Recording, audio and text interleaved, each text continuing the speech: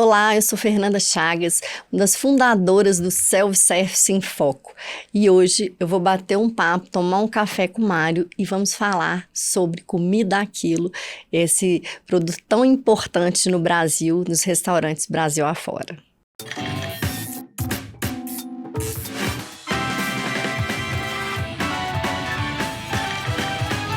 Olá, você que está nos vendo, principalmente você que está nos assistindo no YouTube e também conferindo nas plataformas de áudio. Aproveita, sapeca o like, você está no áudio, faz download do episódio. Por quê?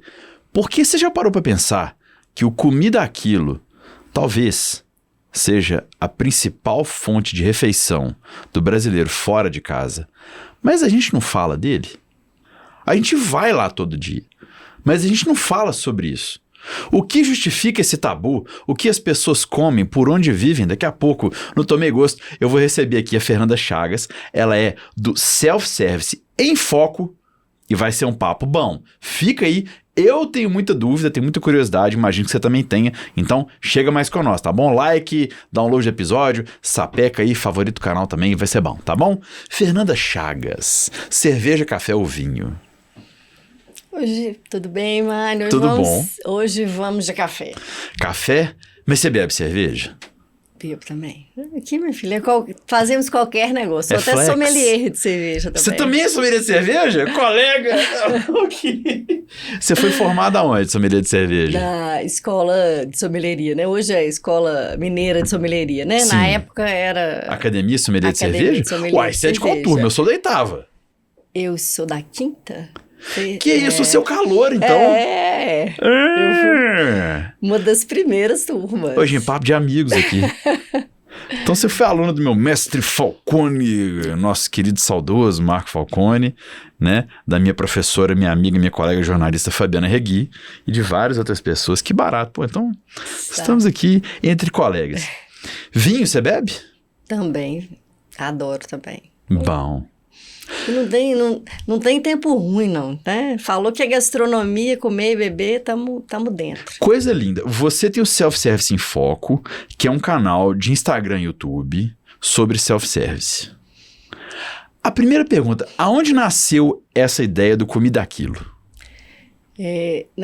Hoje, esse ano, né, fazem 40 anos de Comida Aquilo. E ele nasce aqui em BH. Então, é muito legal, assim, né, a história do nascimento aí do Comida Aquilo, né? Acho que todo mundo, né, os mineiros, quem mora em BH, conhece o famoso Isso e Aquilo. O nome, inclusive, é muito bom, né, remete a isso. Então, há 40 anos atrás, a família Mata Machado, né, mais especificamente o Fred, um dos irmãos, foi quem encabeçou, que hoje também não está mais aqui com a gente, mas deixou um legado aí, uma história. Ele abre uma portinha, porque ele vê uma demanda das donas de casa de comprarem. Às vezes não queria fazer um arroz, não queria fazer um feijão, né?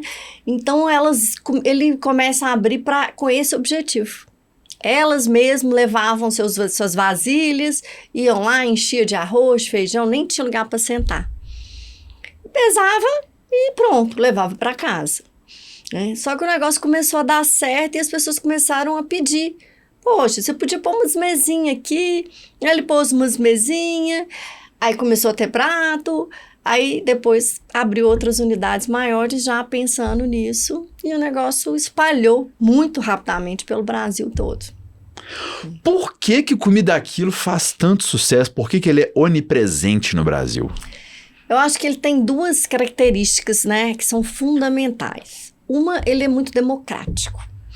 Então, assim, você tá com um grupo de amigos, eu tô aqui trabalhando. Vamos ali comer. Eu queria comer uma carne. Eu quero um frango. Comida Aquilo, você tem tudo. Né? Eu quero uma feijoada, enfim, tem de tudo. Então, isso atrai os grupos, as pessoas a irem. E a outra coisa é a rapidez, né? Eu chego lá e a comida já tá pronta. Então, o nosso tempo de almoço é muito reduzido. A gente vive nessa correria do dia a dia. Então, se eu chego no lugar e eu não preciso esperar para comida, eu posso gastar meu tempo de almoço fazendo outras coisas. Então, esse acho que são os dois grandes diferenciais da popularidade ali, né? Ele ser democrático, ele tá pronto, né? Na verdade, tem um terceiro que eu vou pôr no meu prato o que eu espero comer. Nem mais, nem menos. Comparando eu não sei se nem seria passível de comparação o comi daquilo. Lá fora do Brasil, você vai ter um prato que vai ser normalmente uma proteína, um carboidrato e alguma outra coisa. Então, assim, Estados Unidos é muito comum carne e salada ou carne e batata frita, né? Europa já muda um pouco, é um pouco mais rico. Mas você tem alguma opinião dos gringos quando eles chegam aqui no Brasil e veem o comida daquilo? O que eles falam? Eles não acreditam, né, naquilo ali, né? Porque é algo impensável lá pra fora, né? Eu acho que principalmente quando você compara os Estados Unidos, até o fato do almoço não ser a refeição principal, né? E o comida daquilo tem à noite também, mas o almoço, ele é a principal refeição. Então, eles não entendem, né? Até porque, assim, o cara pega o prato, aí você vê, quando a gente recebe clientes gringos, começa a colocar as coisas, né? Até se perde ali no que ele vai pôr, né? Nossa, mas eu quero isso também, quero... Aquela variedade, né? Então, assim, todos eles gostam, né? Acham, assim, uma coisa diferente, né? Como é que eu posso misturar macarrão com... feijão, muita gente gosta, com, sei lá, batata, com linguiça, qualquer coisa, né? Eu posso fazer o prato que eu quiser e experimentar um pouquinho de cada coisa. É quase que uma degustação ali, né? Meu pai uma vez estava com uma turma de gringo aqui, ele foi num restaurante mineiro, que não era aquilo, mas era self-service. Os gringos estavam com aquela cara boa, comendo tudo, ele falou que uma hora ele olhou pro lado, o cara fez um prato com a base de doce de leite e botou arroz por cima. E tava com a melhor cara do mundo. É bem isso, porque eu posso misturar tudo, né? Então eu vou provar sabores. E às vezes você encontra outros sabores, né? E estômago não tem prateleira, né? Deixando isso bastante claro. Essa questão da autonomia. Eu tenho duas questões sobre comida daquilo que eu fico pensando assim, olhando de trás assim. Eu falei assim, cara, será que no final das contas, o preço que a gente paga varia tanto? Ou será que porque eu fico pensando assim, coisa minha de questionar tudo. Será que se ao invés de eu pagar no quilo, eu pagasse um fixo X e todo mundo pagasse esse fixo X, não ia ser melhor pro dono do restaurante do que ter uma balança, ter que ter alguém para anotar, aí tem um lugar que os caras dão um tombo, que ele bota a etiqueta e passa uma caneta, aí tem essas coisas. O primeiro preço, depois o tombo, que eu imagino que você tenha caso disso também. Mas o preço único, será que um dia não vai chegar num preço único para isso, não? A gente já tem alguns modelos, né, que tem preço único, né? Então, assim, o comida daquilo, quando eu peso o peso, né, quando ele é por quilo, ele vira uma relação justa ali para ambos os lados, né? Eu vou pesar aquilo que eu vou consumir. Então, o consumidor se sente mais... tô gastando meu dinheiro de forma correta. A gente tem alguns modelos, né, que é buffet, mas que é livre, ou que é livre com uma carne, né? E aí as pessoas, às vezes eu tenho que cair um pouco até... ou elevar muito o preço para eu deixar livre, né, enquanto empresário. Ou eu tenho que ter qualidades mais simples, né? Uma comida mais simples para que isso seja possível, para que isso seja economicamente viável. Então, assim, para ambos os lados, não vou falar que esse é um único modelo correto. Todos são passíveis de lucratividade. Mas aquilo, quando eu peso o que eu levo, é mais democrático, é mais justo, é mais... né? Tá bom, o advogado do coisa ruim que está aqui na orelha de um lado e do outro. O quilo é um jeito de travar o tombo que o brasileiro quer dar? Porque o cara fala assim, se fosse liberado eu vou para dar preju. Como não é? Eu como só o que é justo. Seria isso? Eu acho que talvez esteja mudando um pouco a mentalidade, mas né? Então, por exemplo, quando é uma carne só, o tombo, né? Esses que são uma carne. Ontem mesmo eu conversava com um cara lá de Roraima. O povo vai lá, põe a carne embaixo, escondida embaixo do arroz, para não ver que já pegou uma carne, e põe a outra por cima. Então, assim, as pessoas não tinham muito essa noção de desperdício, né? Mas eu acho que isso está mudando, sabe? As pessoas não querem botar no prato comida para jogar fora, né? Mas ainda tem. E o que alguns restaurantes fazem? Você pode comer à vontade, mas se sobrar... Eu cobro. Temos esse modelo também. Isso dá certo? Dependendo do perfil do seu cliente, é necessário. É engraçado, você estava falando comida aquilo, Belo Horizonte tem um fenômeno que eu não sei se espalhou para o Brasil da mesma forma, que é o espetinho, né? O primeiro restaurante de espeto que eu saiba no Brasil, Tudo no Espeto, também de Belo Horizonte, restaurante, que não era uma casinha de espeto, um carrinho, é o Tudo no Espeto, em 1979. Assim eles me contam, e assim eu acredito que eu gosto muito deles. Mas aí depois veio esse espetinho moderno, né? Que Belo Horizonte abre espetinho, drogaria, supermercado ou crossfit. Sempre alguma dessas coisas tá abrindo a cidade. Mas aí um amigo meu de São Paulo, que é investidor e tal, anda na Faria Limer, me contou o seguinte. Ele falou assim, olha, pagamos uma pesquisa, ou alguém pagou uma pesquisa para descobrir por que o espetinho deu tão certo em Belo Horizonte. E por que ele é esse fenômeno. Você falou da democratização. O que ele me explicou é que o cara que vai no espetinho, muitas vezes, não se sente constrangido de, número 1, dividir a conta da mesa. Número 2, ele, se não tiver dinheiro, ele pode ir gastar pouco. E que talvez esse poder ir e gastar pouco, mas poder fazer parte do programa, é o que o inclui naquilo. O clube daquilo, então, é isso também? Isso também faz parte, porque eu vou pagar o que eu tô ali, as comandas já são individuais, assim como o espetinho, né? Assim, cada um tem a sua, é muito difícil. Quando eu quero pagar para alguém, eu tenho que juntar as comandas, porque o padrão é que ela seja individual. Então, isso facilita também essa democratização mesmo. Eu vou gastar o que eu posso, o que eu tenho, o que eu quero. Ah, hoje eu não tô com fome, não, põe só uma saladinha, não pesou nada e também não paguei nada. Tá, mas o chato que habita na minha pessoa quer perguntar, existe um ticket médio por lugar? Sim. Há uma média aritmética, há uma conta. Vão X pessoas, gastam tanto, divide tanto por tanto, você encontra um ticket médio. Seria justo ou não, eu não sei, mas a matemática aritmética prova pra gente isso. Sim. Qual que é a diferença média do ticket médio? Puta, é até chato falar isso, né? Porque o ticket médio é a média, né? Blá. Mas assim, se eu pagasse o ticket médio em vez de pagar meu prato, será que eu pagaria mais caro ou mais barato? Eu que sou um cara levemente acima do peso e como um pouquinho mais que os outros, como é que seria isso assim? Olha, hoje, assim, muito depende do que você vai comparar, né? Então, eu tenho que me dar aquilo que é muito mais caro que um à la carte, que é um restaurante que tá ali. Então, não, mas o ticket médio daquele lugar, eu tô comparando aquele lugar com aquele lugar. Não, eu tenho clientes, por exemplo, que tem buffet, self-service e pratos executivos. Tem os dois modelos. E a verdade é que o ticket médio do self-service é mais caro. Ele acaba sendo mais caro. Por quê? Primeiro, a pessoa acaba pegando um pouquinho mais. Então, o peso dela acaba sendo maior que o que já vem num prato montado à la carte. Sim. Ele acaba ficando mais alto. Então, se você eu vou no self-service porque eu quero economizar, geralmente não é o caminho. Lê do engano, então. Às vezes é só um senso comum ali. Mas a maioria das vezes não, que ele seja mais caro. Ele é justo. Sim, mas se você vai pegar ali um prato executivo que você já tem ali, custa tanto, mas a quantidade também vai ser menor.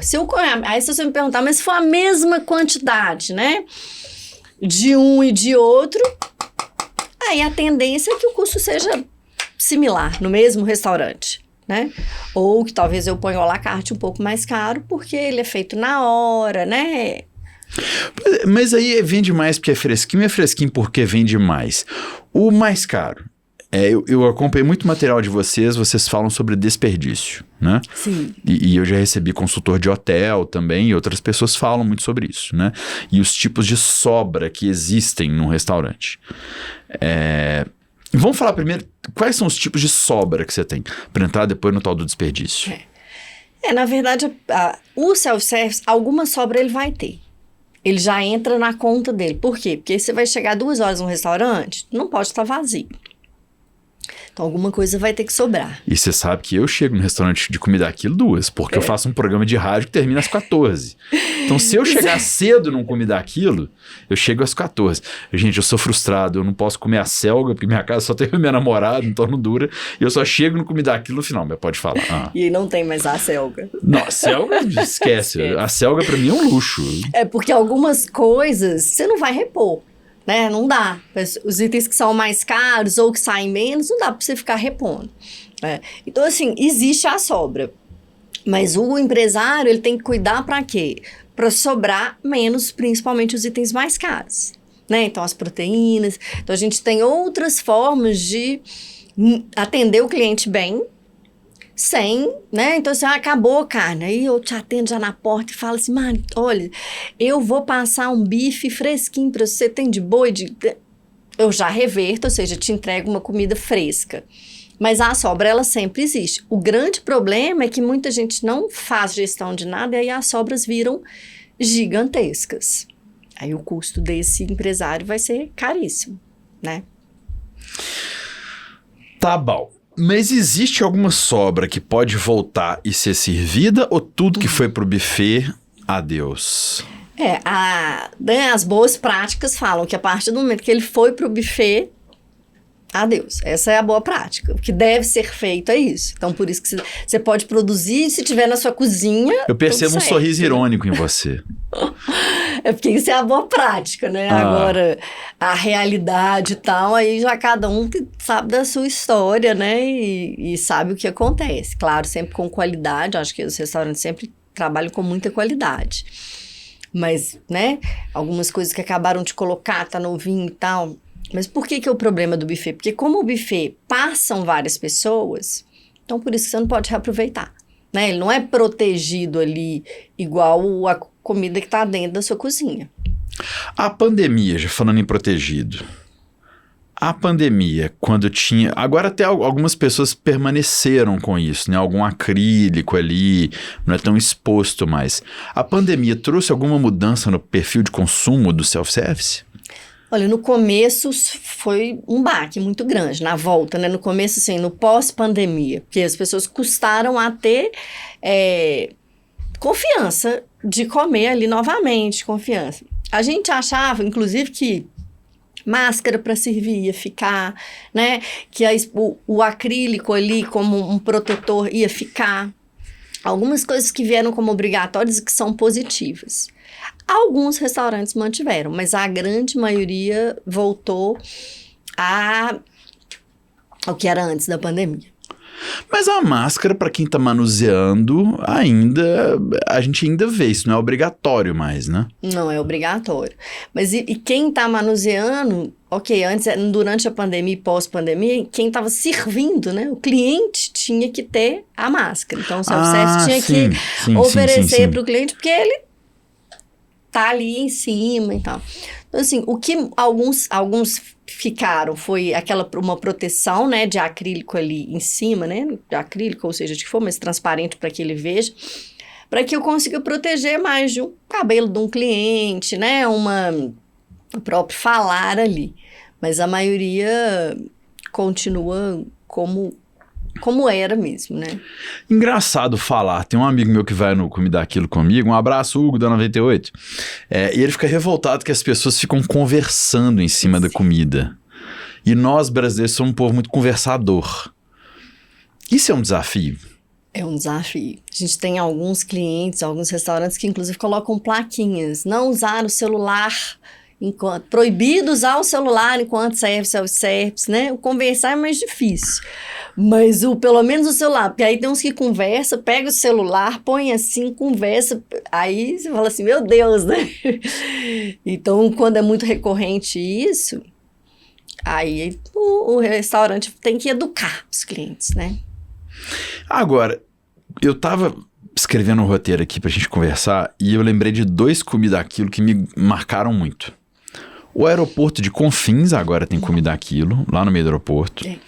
E uma vez eu vim em Jericoacoara, na praia, eu não sei se ainda tem, foi há mais tempo. Tinha um restaurante de Comida Aquilo na praia. Existe isso? Restaurante de praia, Comida Aquilo? Porque eu achei isso tão bom. A idade vai chegando, você fica careta. Tá Eu achei isso tão ali, bom. né? É, porque eu tava na praia, me dava fome, eu comia. Não tinha que ficar assim, queijo, biscoito, não sei o quê. Já tá tendo comida muito daquele em comum. praia? Tem praia. Ele popularizou no Brasil de uma forma que eu acho que não tem um lugar que não tenha comida daquilo, né? E aí tem uma outra característica que eu posso ter uma comida muito simples no comer daquilo e ser muito gostosa, né? Então, muitas vezes, eu não tenho... São poucos os comidas daquilos que eu tenho chefes, eu tenho comida daquilo gourmetizado também, mas geralmente é uma cozinheira que sabe cozinhar bem, então às vezes tem pequenos negócios em beira de praia, em beira cidades pequenas, né? Que própria proprietária sabia cozinhar e aí ela montou, porque é uma comida afetiva também, né? Então tem isso de ser uma comida de casa. E como as pessoas... Hoje é caro você cozinhar em casa. Então, às vezes é mais barato. Se você mora sozinho, então você ir não comer daquilo, mas você quer comer aquele comida com gostinho de casa, né? Você falou que hoje é caro comer. Eu concordo. Eu tive aqui com um consultor, o Jean Pontara, que falou que entre a pandemia... o nosso café tá pronto. Entre o princípio da pandemia e o final, o aumento de custo dos donos de restaurantes foi na casa de 30%. E que ele declarou que era impossível repassar isso tudo para o cardápio de uma vez para outra. Recentemente, aqui em Belo Horizonte, a Abrazel, Associação Brasileira de Restaurantes, Bares, Lanchonetes e Hotéis, divulgou um estudo falando que alguns donos de bares estão percebendo uma queda de quase 50% no movimento. Tudo está muito caro, né? A inflação veio para todo mundo pós-pandemia. E mundo, né? O globo, né? Como sair disso é o grande desafio. Mas assim... Como que essa subida no preço de tudo impactou no dia a dia do cliente e do dono do Comida Aquilo? Positivamente, eu imagino que não tenha sido, ou foi? Não. Eu digo que empreender em qualquer negócio gastronômico só vem dificultando cada vez mais, porque exatamente as margens diminuíram muito e a gente precisou rebolar, porque se você passar isso para o consumidor, ele não consegue... né, consumir. Então, o primeiro ponto do dono do restaurante, do empresário, o que ele teve? Entrar com a gestão no jogo. 20 anos atrás, ninguém falava de CMV, que é custo de mercadoria, não falava de desperdício. O que é CMV? Eu tô indo no negócio, eu tô achando tão legal. O seu CMV vai subir muito. O que é CMV? CMV, quanto que custa o seu produto. Então, por exemplo, esse cafezinho aqui, depois que você fez ele, vamos supor que ele custou R$2. Se a gente vendeu ele por 6, eu vou dividir 2 por 6, vai dar 20%? 30, né? Eita! Eu tenho calculadora para isso. Só um minuto.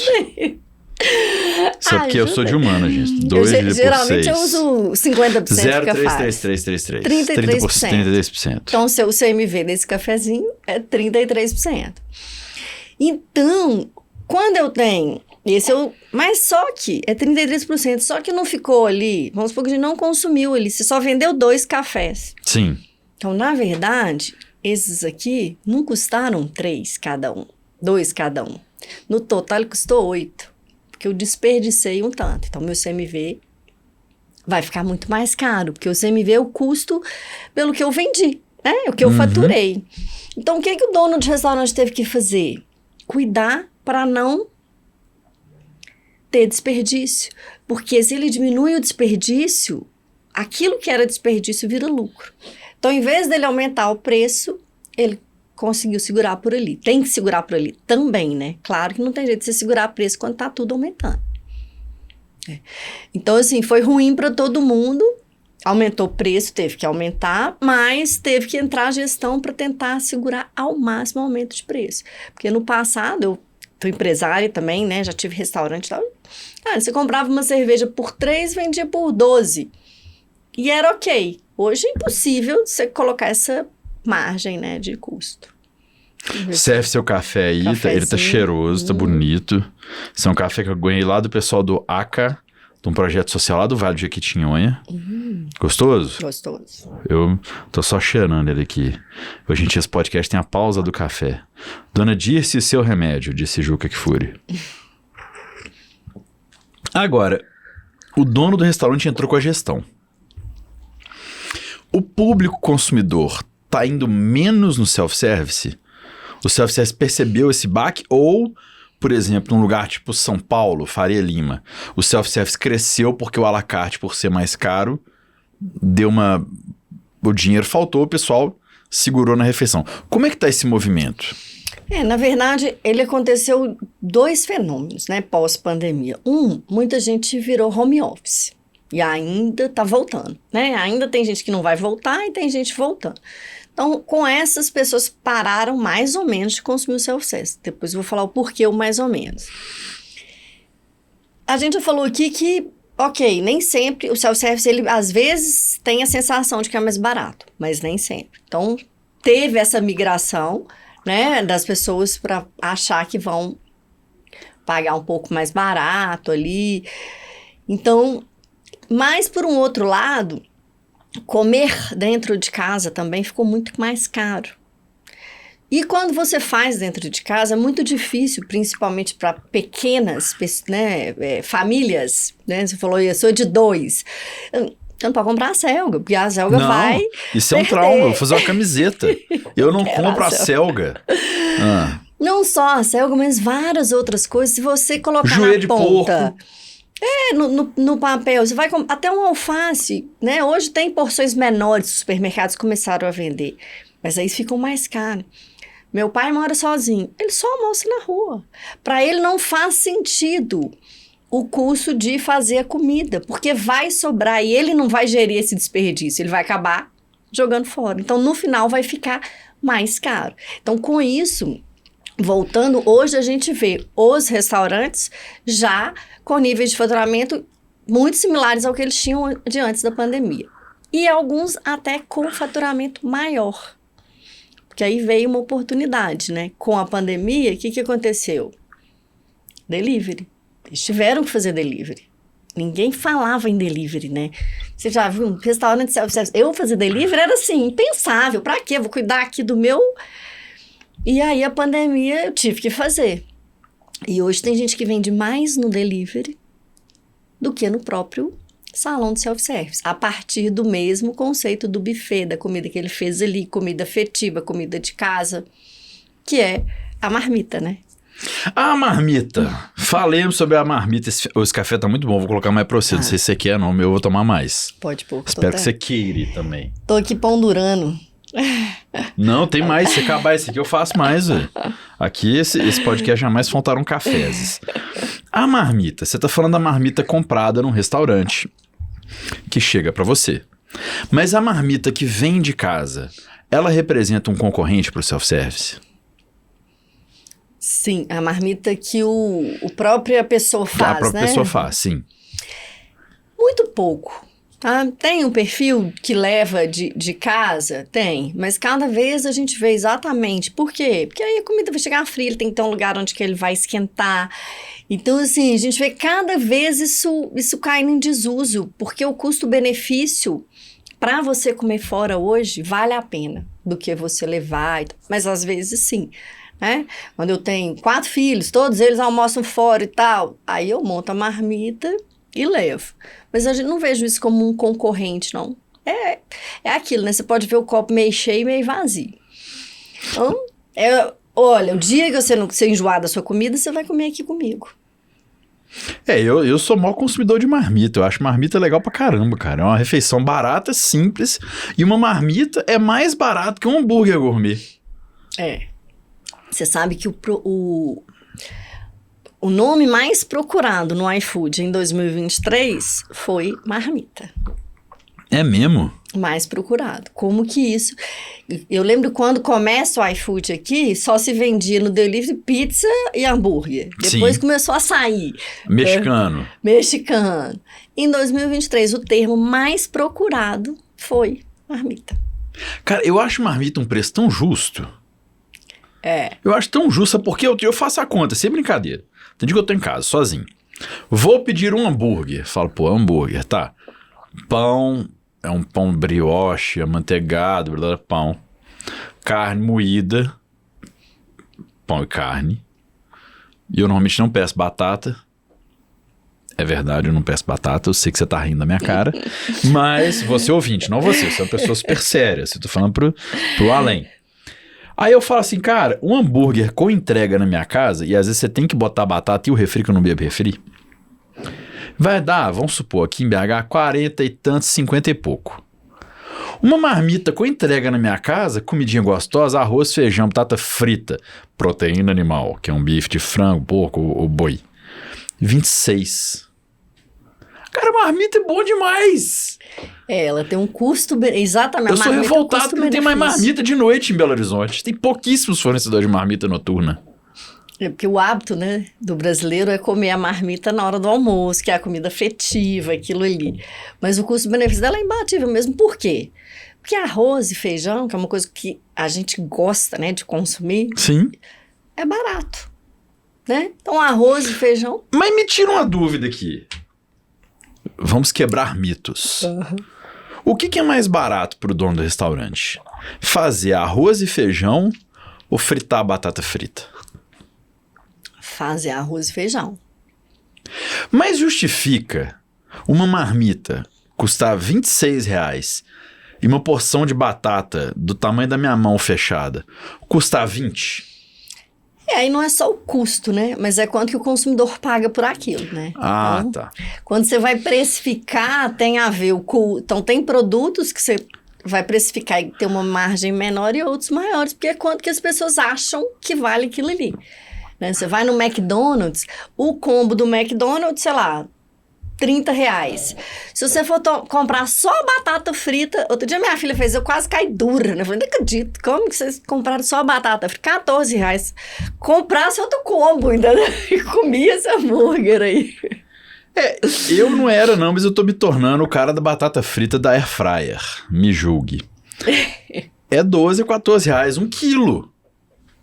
Ou é meio quilo? Meio. Meio? É. Batata frita é um trem pra você fazer em casa, da Air Fryer. É. Agora, você fala um pouco do desperdício. Superado a batata frita. Qual que é o tombo que o pessoal dá no comer daquilo? Você falou do cara que bota a carne por baixo no lugar que é uma carne liberada e bota arroz por cima. Qual que é o tunga, o tombo? Qual que é a maneira do brasileiro de burlar as coisas no comer daquilo que você vê por aí? O jeitinho. O jeitinho. Quando a gente não tem alguém recolhe, né? Você chegou, você vai, serviu na balança e muitas vezes você recebe aquela folhinha ali, né, com o seu preço só na hora que você passou na balança. Uhum. E eu não tenho ninguém na porta recolhendo. Aí muita gente vai embora sem pagar. E aí o restaurante faz inclusive essa conta, que isso depende do perfil do público que frequenta ali. Às vezes vale a pena eu contratar uma pessoa só para ficar na porta, para entregar papelzinho e pegar o papelzinho, porque esse volume é muito alto. Mas a verdade é que eu tenho visto que isso vem diminuindo mesmo, sabe? Eu não sei se é uma conscientização coletiva, eu espero que seja, né? Tomara, o Brasil tem que ter esperança. Eu gostaria que fosse, mas a gente vê, e aí quando a gente faz essa análise, fala assim, Ana, isso é tão pouco relevante, não vale a pena eu ter uma pessoa só para fazer esse papel. Né?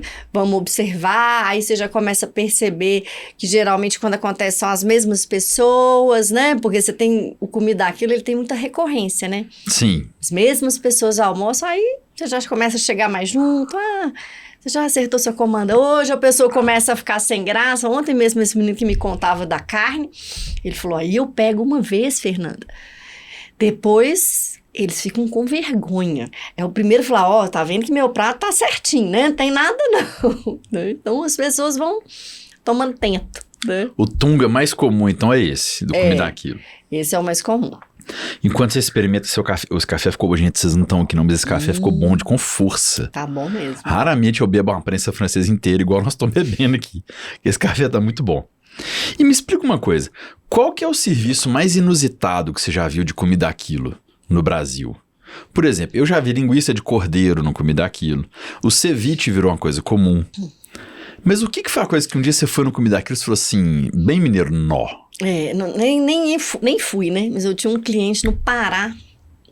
E aí todo dia eu via lá, né? Eu atendi ele online, chambari.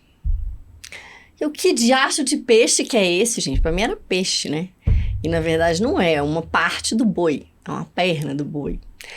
Então, assim, é muito regional. Peraí, mas qual parte da perna? Tipo, porque pernil não é. Não, eu não sei. Aí não vou entrar nesse detalhe, Você eu não não sabe provei, qual que é o né? corte, chambari? Ah, não. Olha aí, vamos colar aí. No Pará é uma comida típica muito comum. É com CH ou com X? CH. Então lá é muito comum chambari, né? Buchada, mas aqui buchada também às vezes tem. Então tem essa coisa regional, né? Em Manaus, por exemplo, tacacá. Conhece o tacacá? Eu já ouvi falar, peraí. Chambari é considerado por muitos tocantinenses a comida símbolo do estado. O prato consiste no músculo com o osso da perna do boi, ossobuco italiano. Nossa! Isso deve ser bom demais. Não, e eu falei, Gima, que diacho de prato é esse que sai todo dia muito, que eu nunca ouvi falar. Que peixe, né? Pra mim, é inocente aqui, não tem nome de peixe. Não é chambari? Não, Jeceaba é nome de cidade? Jeceaba é nome de fruta, mas é uma cidade aqui de Minas Gerais. De Minas? É, ué. Essa eu não conheço. Jeceaba, tem até uma cachaça. É. Jeceaba, abraço pra Marlon, André Lúcio e Brandão, meu amigo lá de Jeceaba. Agora, essa carne aqui, o chambari, é ossobuco com o osso, é o músculo com o osso.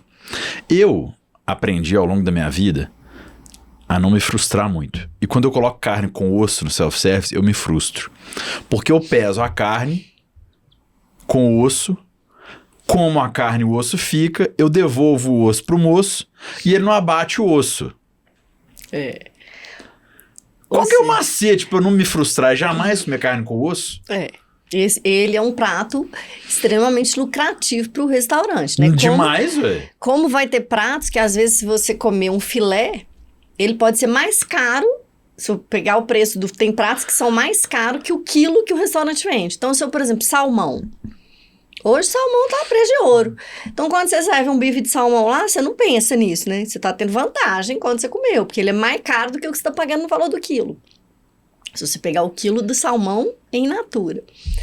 Então, é uma troca ali. Aí, é saber paladar. E esse, por exemplo, lá nesse restaurante, era um dos pratos que mais saíam. Eu vou lá comer, porque esse trem é bonito demais. Mas me explica uma coisa, não dá pra criar um movimento do self-service justo Brasil, pro cara pesar uma coxa de frango, comer a coxa de frango, devolver o osso e abater na comanda dele, não? Mas aí, quando ele pesar o salmão, você vai cobrar mais caro? Porque tem que ser justo pros dois lados, né? Ah, não sei, porra. Entendeu? Eu Quando fico tão triste que eu tenho que... Os caras falam assim, sobrecoxa de frango desossada temperada. E eu adoro um franguinho, eu acho uma delícia. Só que eu acho que esse sobrecoxa desossado, temperado e tal, ele foi tão industrializado que no final eu sinto que eu tô comendo assim, aromatizante, tempero, Sabor, não sei o que. É um trem meio híbrido, assim. #saudades. Enfim, então... E que mais? Você falou do salmão. Quais são os pratos que são os vilões por restaurante? Do cara abrir a torneira do lucro dele e deixar correr solto no gargalo. As proteínas, o que é? né? Proteína é o mais caro de uma forma geral. Então, as carnes, os peixes, né? Então, a maioria das proteínas, nem todas. Então, a gente tem que jogar um jogo, né? Que a gente fala que é incentivar ter bons pratos sem proteína, para que o cliente fique satisfeito, porque eu preciso deixar o cliente satisfeito. Mas que ele come, por exemplo, quando ele vê ali um escondidinho ali, todo apetitoso, né, com aquele queijo por cima, tem um pouco de carne? Tem, mas a carne tá escondidinha ali. O custo para o restaurante fica melhor e eu atendo o paladar do cliente, deixando ele satisfeito. Uma lasanha, né? Então, a grande arte do self-service é o jogar que a gente fala de engenharia de menu. Né? Trazer pratos para que o cliente fique feliz e satisfeito, mas que tenha um custo menor. Porque se eu chegar no self-service e encher meu prato só de proteína, tanto que tem vários que inclusive cobram preços... Eu acho justo. Diferentes, Eu acho justo. Porque se eu só colocar proteína, Não se paga, na verdade, não se paga, você vai ter prejuízo. Você falou da massa. Eu vou criar uma polêmica aqui. Queridos donos de restaurantes self-service do Brasil inteiro, não briguem comigo. Deixa eu te falar, eu não como massa em comida aquilo. Mas por quê? Qual o... Eu acho que, assim, tudo bem que é normal você ficar mais velho e mais chato, né? Mas, assim, eu tenho um problema, porque aquela massa tá lá há mais tempo. Com certeza ela já tá ou seca ou fria. Eu compreendo que talvez o escondidinho de carne não seja aquela carne que foi pro buffet. Mas é a carne que ficou lá na cozinha de mais cedo, que desfiou-se e fez. E uma coisa que a gente faz em casa, e é super normal. Eu tenho problema zero com isso na minha casa. Mas assim, massa de comida aquilo, eu tenho sérias questões, porque eu acho que às vezes o molho branco tem gosto de maisena. O comida daquilo não quer dar um trato melhor na massa e na couve, não, pra ter uma estação de massa, estação de couve, pra couve ficar sempre quentinha, pra vender ela mais, pra refogar na hora. Mas aí eu acho que eu vou discordar um pouquinho, né? Então discordemos. Primeiro o escondidinho, não necessariamente é uma carne que já foi usada. Porque só o fato de eu misturar a carne com batata, né? Por exemplo, eu faço lá em casa um escondidinho de camarão, que é purê de batata com camarão. É muito mais barato que se eu for servir um prato só de camarão. Sim. Não é um camarão reutilizado, mas Sim. é um prato feito de uma forma diferente. Sim. Agora a massa, aí varia muito. Você vai... O meu marido não come massa fora de casa. Ele é enjoado, porque... Tipo Como assim, é que ele chama? Léo. Léo, um abraço. Léo Protzner? Prosa. Ah, Prosa. Léo Prosa? Ô, Léo, um abraço pra você, Léo. Tamo junto. Porque ele cozinha e ele fala, toda vez que eu vou em um restaurante, seja ele à la carte, self-service, a minha massa é melhor. Então, assim, a questão é, claro, tem um desafio maior no self-service, que a gente vai falar dele, mas o molho branco com gosto de maisena Sim. tem a ver com a receita, e aí, self-service tem que fazer o quê? Pesquisa de satisfação do cliente. Para que ele fale que aquele molho branco não tá bom e ele possa mudar essa receita. Qualquer restaurante, né? Esse problema a gente pode ter em qualquer restaurante. Agora, o desafio maior é realmente eu não deixar que aquela massa fique seca, né? Então, muitas vezes, o que a gente faz? Faz estações com molho separado, né? Porque aí eu consigo ali cubas menores, né? Para eu estar sempre repondo ela fresca da cozinha, né? A própria couve também. Quando muita gente não passa couve, né? Couve sem ser passada. Eu adoro couve passadinha também. Mas aí você tem que estar passando em menores porções e o tempo inteiro tá repondo. Então, a arte de você manter um buffet ali, né, gostoso e tal, tá em você estar olhando para ele o tempo inteiro. Eu tenho que ter alguém ali o tempo inteiro olhando para eu não ter coisas que fiquem ali muito tempo e acabem perdendo a qualidade. E a massa é, sem dúvida nenhuma, um desafio, mas é possível você ter massas super gostosas, né, pau a pau com uma à la carte. Tá bom. Abraço, Léo. Deixa eu te falar um negócio. Você falou sobre a couve. Me incomoda aqui em Belo Horizonte uma coisa, e eu imagino que fora daqui de BH, mais gente possa passar por isso também. Eu amo couve, mas eu só como couve em casa. Eu tenho os dentes muito junto. Se eu comer couve, parece que eu dei uma mordida no Hulk. Eu vou sair com a boca toda verde. Por que nós não temos uma cultura, já que todo mundo sabe que self-service é um lugar que você vai, que você sai do trabalho, come lá e volta rapidão? Por que nós não temos uma cultura de ter mais fio dental e enxaguante bucal em self-service? Quase nenhum restaurante, né, na verdade. Aqui, né? em BH, pouquíssimo. São Paulo isso é muito comum, porque São Paulo o cara toma café da manhã na rua, almoça na rua, dorme na rua, enfim, é atropelado na rua. Tudo em São Paulo é na rua, porque o cara mora tão longe de casa que ele tem que se deslocar e dar um jeito lá. Mas não tá na hora da gente difundir mais o fio dental e o enxaguante no banheiro, não? Eu acho que isso é uma coisa de satisfação do cliente, né? Vira um diferencial, né? A ideia para os donos de restaurantes é porque vira um diferencial. Quando você vai no restaurante, Porque o máximo que você tem hoje em dia é palito, né? Você que pegue um palito e vai palitar lá no banheiro. E nos Estados Unidos o palito é saborizado. Aqui no Brasil isso é raro. Ele é um palito mentolado. Se você fosse dar um conselho para alguém que vai comer num comi daquilo, a gente falou muito do balcão para trás, do balcão para frente, que conselho que você daria para essa pessoa? Eu acho que não encher seu prato, né? Assim, qual que é o grande desafio para o consumidor? Qual que é a grande... Pratos são muito grandes, né? Então, quando você vai num comer daquilo, você tem a tendência a, né, comer com os olhos. Em qualquer lugar, né? Isso é uma característica nossa. Só que no à la carte, você come com os olhos só pela beleza que ele vem, mas a quantidade já é certa. No comer daquilo, o prato é grande, eu vou colocando. Né? Então, acho que o conselho principal é saiba, né, o tamanho ali da sua fome, olhe qual que é a sua combinação, já que você quer fazer uma combinação, né? Também... Harmonize. Fique à vontade ali, mas esse é o principal, tenha cuidado, por quê? Porque o desperdício não é bom para ninguém, né? Tipo assim, paguei, então pro dono do restaurante é bom? Não, quando a gente tem pratos voltando, é péssimo para o restaurante também, porque a nossa sensação é de que a comida não está agradando.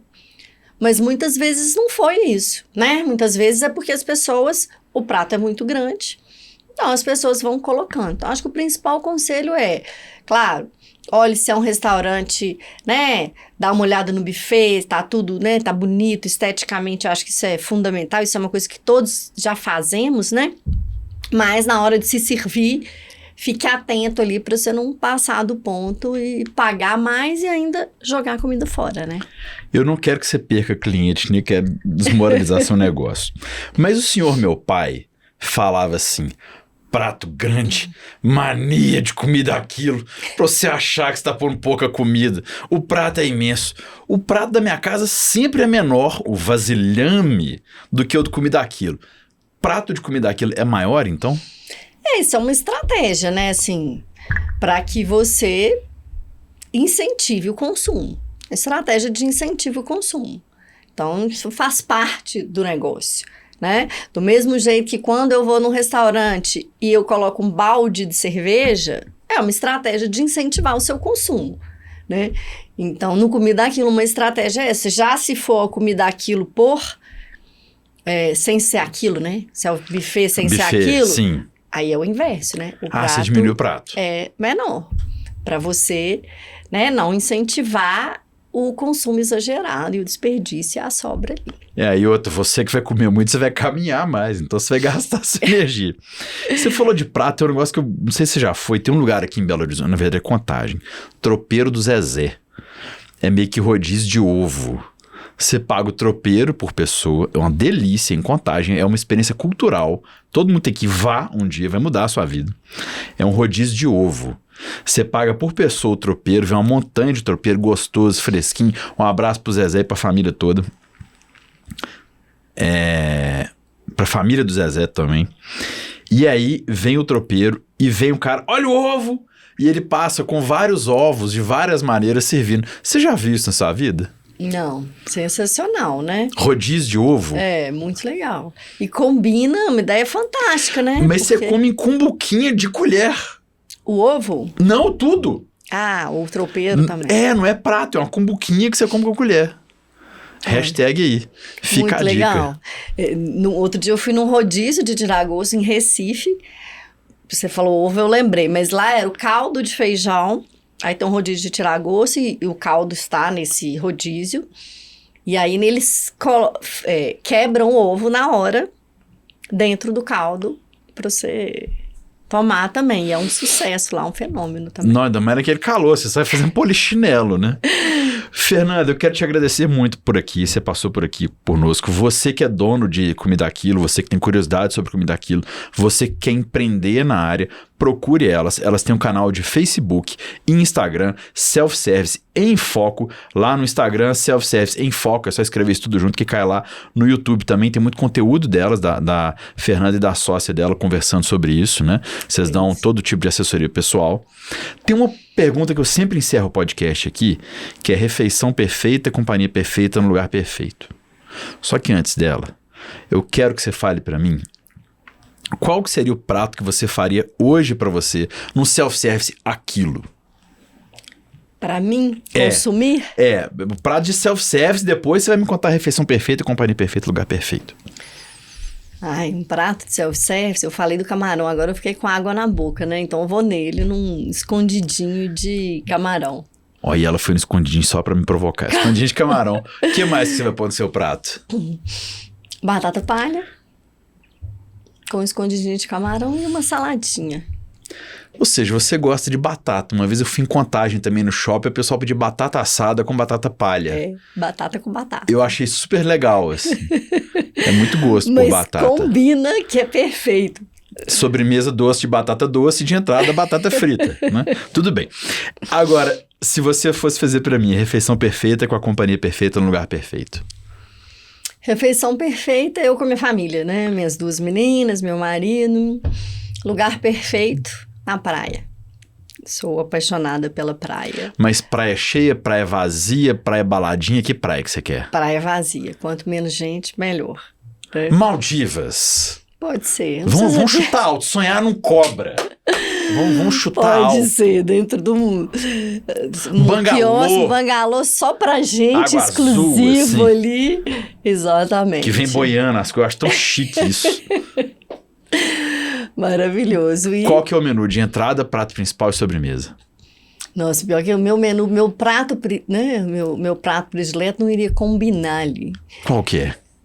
Não vai acreditar. Mineira, né? Frango com quiabo. Combina demais. As Maldivas. Total. E você ainda chupando o osso. Passando um peixe aqui, será que come osso? Porque na roça você joga osso pro cachorro. Mas tudo bem, Maldivas. Frango com quiabo nas Maldivas. Nossa, Qual que seria a entrada? Uma entradinha...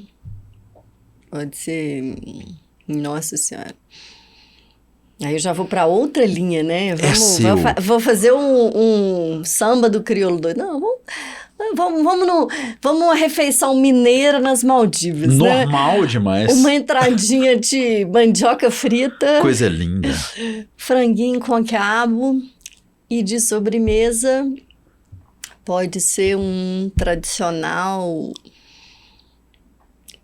goiabada com queijo. Super Maldivas isso. Eu te vejo nas Maldivas isso. Acho que eu só vou chupando o osso do frango. Bem de roça. Fernanda, foi um prazer te receber aqui. Prazer. Longa vida pra vocês. Você que tá ouvindo a gente ficou curioso, procura o Instagram, o YouTube delas. Self-service em foco. Eu achei muito legal. O Comida Aquilo é a nossa principal fonte de refeição fora de casa e muito pouco fala-se dele. Vai ter um convidado que passou aqui pelo podcast que nos deixou, mas a fala dele tá aí pra todo mundo ver, que é o Guilherme Fiuza, que ele falou uma coisa, eu não vou lembrar se foi Fernando Sabino ou quem que foi. Não vou lembrar agora. Falar sobre mineiridade é, antes de tudo, não falar sobre isso. É engraçado, a gente vai muito no Comida Aquilo, mas não fala sobre ele. E esse ano é uma data especial, né? 40 anos aí, o Brasil inteiro começando a falar e a gente, que é o pai do Comida Aquilo, prazer poder falar disso aqui com vocês e que mais pessoas falem sobre essa nossa, quase que um patrimônio material. Quem sabe um dia não vire, né? Um patrimônio. Comida Aquilo, coxinha de catupiry, mate couro, Drogaria Araújo. Obrigado, Fernando, foi um prazer. Valeu. Obrigada, prazer foi meu. Gente, fica aqui no podcast, tem vários conteúdos legais aqui no canal, sapeca o like, dá uma olhada nos cortes, também tem corte aqui no canal, tome gosto em todas as redes sociais. Eu sou a Mara Lasca, se beber não dirija, se dirigir não beba, se for tomar um café, me dá um toque aqui que nós vamos junto. Te vejo numa próxima, valeu, tchau, tchau.